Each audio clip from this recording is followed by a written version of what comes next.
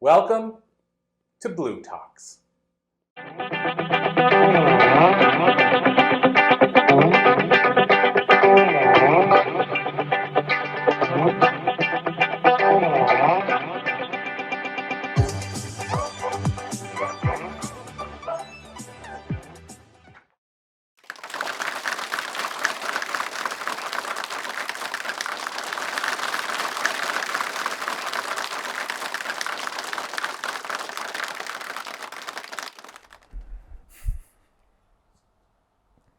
It's a great honor for me to be here with you all today and speak with you here at Cambridge University in the UK. And what a wonderful lineup of speakers we've had so far, yes?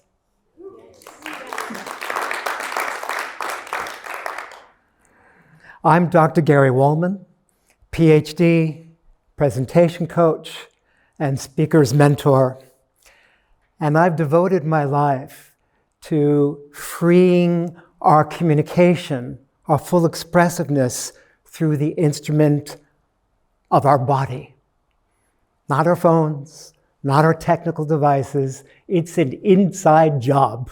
This is where it all begins. My message to you is in transforming your message with your body and voice in such a way that your inner self-talk, your relationship to your body, to your message, to your messaging, and to your audience is totally transformed.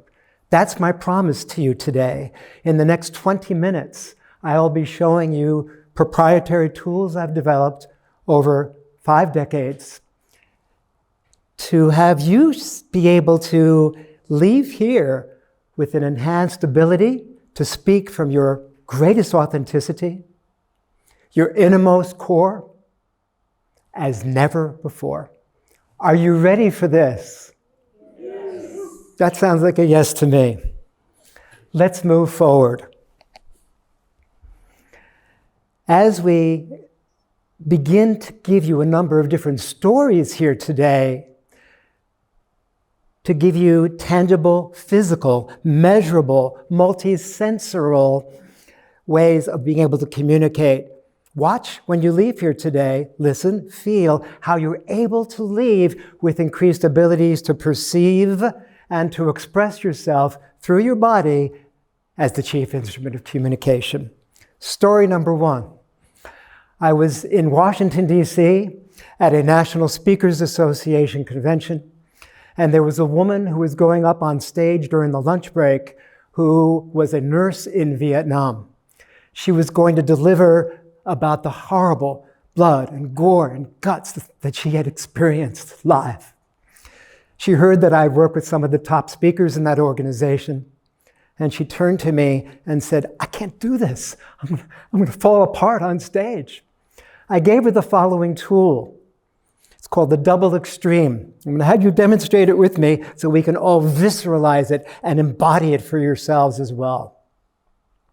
The exercise, now we're going to use this statement out loud to say these words, please, after me, as though you didn't mean it. Monty Pythoning, exaggerating everything that was wrong. Nervousness, all the fear of being rejected, not being seen that she was feeling. So the words were, it's easy for me to reach you with my message, as though you don't believe it. She did this, and you can do it with me. Those of you who are watching on the video, I encourage you in karaoke style to practice along and to watch this video over and over so you can break free from holding back your mage and sage inside your cage, ready for a new stage. So she said, as though she didn't mean it, it's easy for me to reach you with my message. Exaggerating, giving her permission to do what she was afraid to do. That brought her to a whole different place, like coming out of a skid. You go through the skid. Then I asked her to do what I'm going to ask you to do. Place either physically or metaphorically your right hand at the base of your spine, if you can reach it, wherever you are. That's right. And now, instead of trying to impress people out there, sending the message down and in instead of up and out, as though you were, which you are, your worst critic and best audience. The words are, it's easy for me to reach you with my message as though it were a lance of heartfelt intention through the base of the spine where your hand is, towards the center of the molten earth. Let's go for it, everyone. It's safe for me to reach you with my message. Do you notice the difference? It settles down deep in the base of your spine, in your pelvic basin, the seat of the emotions. So you speak with an authenticity coming from that place. She did that, and she wasn't afraid on stage. She could deliver the most horrible things in the lightest way because she was standing a new ground, a new stand of command in her land. Let's move on to another example. I was visiting New Zealand. I had just started to move to that part of the world, and there was a man, an international speaker, who was also a hypnotist, and he invited me to see a group in a very similar stage like this one we're in today, in this beautiful auditorium. And he was shouting to his audience. Oh my goodness. Brian, I said to him the next day when we had a chance to meet in a private session, what were you doing? Did you offend them? Did they upset you in some way? And he looked at me like a deer with the headlights in the eyes frozen, and as though, no one asked me that before. And he started to get teary. And he said, oh my goodness, my father, he never cared. He never showed up. He never listened to me. I've been shouting to all my audiences to have my father hear me ever since. His voice got soft. He reached a new level of humility, tenderness, kindness, caring, and compassion. And he never had to shout again. It was a turning point for him. Now, another way of utilizing this exercise, for those of you that are watching me live, as well as being alive in the online stage, placing your hands together like this. Imagining this being one person, this being another person. And this is you developing in what I call the hero exercise, another one of my tools. Speaking to someone as though you wanted to honor their three qualities that you are honored by.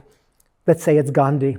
So I'm talking from this hand to this hand. Gandhi, you have these qualities of kindness, of determination, of peacefulness that always moves me, yet I've disowned them for myself. Then placing one hand in back of the other, imagine yourself, then release that other hand, speaking as though your hero, your mentor, your role model were to speak with you, honoring those same qualities that you just acknowledged in them. Oh, you have those qualities too. You are kind, you are determined, you're peaceful in the way that person would stand and move and breathe and speak. That simple exercise, such a powerful, simple exercise also moves people to tears and brings out that feeling of embodying those same qualities that have been projected outside until now, the hero exercise. Now, there's another way of being able to transform our self-talk, to be able to let go of the old patterns that no longer serve us. My mom, for example, this is me getting vulnerable, talking to my mom. Mom, you had such high expectations of me, and I was a great athlete and a great scholar, and yet I always had the belief that I was never good enough. Instead of my mom acknowledging me at this point, this is a different exercise you can practice to anyone that's oppressed you in your life. I take this pain. You can do this with me. I recommend it. One hand in an open chest. I take this pain, this false persona of not being good enough, afraid to be seen, afraid to be heard, to be able to deal with you and all of your criticism and high expectations. And I send it, do this with me, back to the source. I send it back to where it came, moving clockwise like an analog clock, the way they used to go before they decided to go digital. And then heels of the hands up in the air, heels of your feet down into the earth, That's right. And saying these words. I have just sent this past pattern, my attachment to not being good enough, what has oppressed me, what has held me back, somewhere else to play. Today for me is a new day. Go like this. Hip, hip, hooray! My new self-talk is, and then I'll develop my own, another one of my tools, 3 key words for any speaker before you get on stage to get into the zone. I am creative, which I am, playful, yes, and transformational. I encourage speakers before you get on stage to get into the zone in that way. To be able to use those same gestures to make pictures of what you're saying so your telling becomes compelling, welling, and swelling. To multi-sensorize it is the next step. I've spent years of my life as a champion springboard diver, hello, gymnast, track star, court jester, improvisational artist, body therapist, many different ways of being physical in the body. And so I've developed these tools to multi-sensorize your communication. So before you even say a word exactly, you're able to inhabit your communication through your body. Watch. I'm going to sing it. I'm creative, I'm playful, I'm transformational. I'm going to whisper it. Softer sounds, louder gestures. Creative, I'm playful, I'm transformational. Imagine yourself, as I was, a court jester, a herald, heralding the good news for all and everyone to hear. With the sound first of a trumpet, everybody. Doodle-doo-doo-doo, doodle-doo-doo-doo. The good news is, when they speak, they are creative, playful, and transformational. By doing this in 12 different ways, I, you, she, we, they, shout, whisper, mouth with no sound, mime with no moving of the mouth, write it down, sing it. By doing it in all these different ways, the new self-talk gets encoded in the muscle memory. You hear me? Yeah. It gets encoded in such an indelible way that then the speaker comes from this resourceful place, speaking from the innermost core as never before. Another example. I was in Baltimore, Maryland, at the Peabody Academy of Music. The Peabody Conservatory of Music, it was called. And I was invited to work in a room, again, a beautiful auditorium like this one. And there were singers, performers that I was there to assist to connect better with the audience. One singer said, I don't like the audience, they don't trust me, and I don't want to be rejected by them. The pianist is all off key, and the drummer is totally out of sync with me. What would happen if you transform your self-talk? Turn it around. And she said, okay. The audience, that's you, is more interested in what I have to share than I'm nervous to share it. The pianist is playing in beautiful harmonies, and the drummer is playing in total sync with me. What happened to her singing? You got the answer, of course. It was powerful, passionate, engaging, just what I'm sharing with you today in an interactive, full-bodied way. One more example. I was in Hawaii at something called One Dance Tribe, a gathering of many movement specialists from all over the world. And one man who is a 5 rhythms movement dance teacher told me on the break, I forget my lines. Who else forgets your lines from time to time? We all do. When I stood next to him on the stage, I said to him, what is it that's really going on? Let's go down deeper a level. And he started to shake, and he looked at me. Is it okay for me to share this? As though he was saying with his body language. I grew up in New York, so did I, he said, and I was attacked by bullies and gangs throughout my adolescence. So when I'm standing in front of people, I feel like I'm going to be attacked. He was dripping with tears. One audience member after another came up to him and said, you are the kind of person that I want to work with. Your vulnerability, your humanity, your caring, your breakdown and your breakthrough. Rather than just pontificating good instructions to us, you've shown us how we can move through our own fears, our own shame, blame, anger, and pain. It was a beautiful turning point for him in his life. Now let's go on to another dimension of my sharing with you beyond these stories. Here we are on this physical stage. In the Western languaging, in our writing, when we write from left to right. Therefore, you, the audience, are trained to know that when a speaker is standing here, they'll be talking about something that was happening in the past. When I received the Headmaster Award in my secondary private school for the student with the best combination of athletics and academics, I was shaking like a leaf. In the present, moving into this zone right in front of you, in the prosceniums in Greece and Rome and assembly halls like this and universities, the speaker, the authority, often spoke to audiences this way. Moving to the future, past, present, future.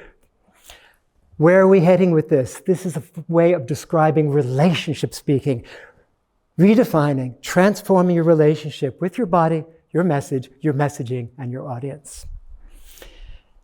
Winston Churchill, of which this college is named after, I realize this is fantastic timing.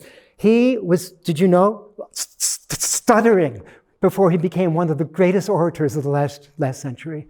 And he studied and practiced every single movement on stage, so his words, his verbal words, his vocal sounds, his visual delivery all lined up. Became a fantastic speaker. I show people in my own tool something called Walk Your Talk, the grid system, ways of navigating the stage. Past, present, future, what's been holding me back, or our backers have moved us forward.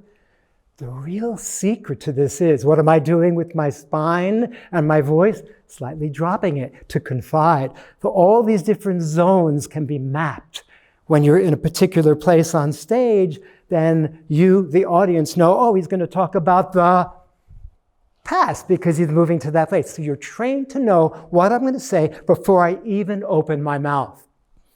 We can do this on the online stage. A lot of my work these days is online. In the four corners of the online stage, we can also inhabit it in such a way as this. In this corner over here. For those of you here that have been wanting to write a book, but you haven't got out of your system, raise your hands. Let's see who you are. Yes, you have the information. Notice what it is, what you're able to say over and over, and it starts to become your book. Just get the ideas out, the repetitive thoughts. One way to apply that. Over here, who here has written a book and would like to be able to say it in a more engagingly way here on stage? Well, for you, one of the key and cool tools is to be able to visceralize, like what we're doing here today, your message. So your thoughts, your words, your action become visible. People can see what you're saying, and that way your message, you don't even have to think about what you're saying. You're choreographing your presentation on the online and the physical stage. You remember it better, the audience remembers the points better, and then is more easily willing and able to act on what you're setting in motion. One more tool to share with you. Go like this with me. This is a shape of a triangle, that's right. And I call this the P formula. P, touch your hands together for point, the points you make. E, the examples that visceralize, that give demonstration, that multi-sensorize your points. And the last apex of the triangle, the other elbow, that's good, everyone. The application. Excellent. When you make a point, when you plan a speech from now on, one of my key messages to you is instead of going point 1, point 2, point 3, to be able to PEA1, PEA2, PEA3. So you already have examples, like I've been giving you examples, stories today of my key points about transforming your message through your self-talk, and then the application for you. Summarizing what we've been sharing so far here today, I've given you a number of different examples, tools I've developed over 50 years that included the double extreme to bring out authenticity, the standing up to those who have oppressed you and sending back the pain to where it came, then creating 3 key words and multi-sensorizing that in the ways that I shared with you so far. Then we went on from there to a few different stories, the Peabody conservatory where I was working with the singer and helping her transform her self-talk with the people that she was singing and playing with, the accompaniment. After that, we had another story of the man who was in tears, who was attacked and bullied in New York City, and how he was able to step into his vulnerability as strength. We shared with you the online walk your talk formula, and finally the P formula.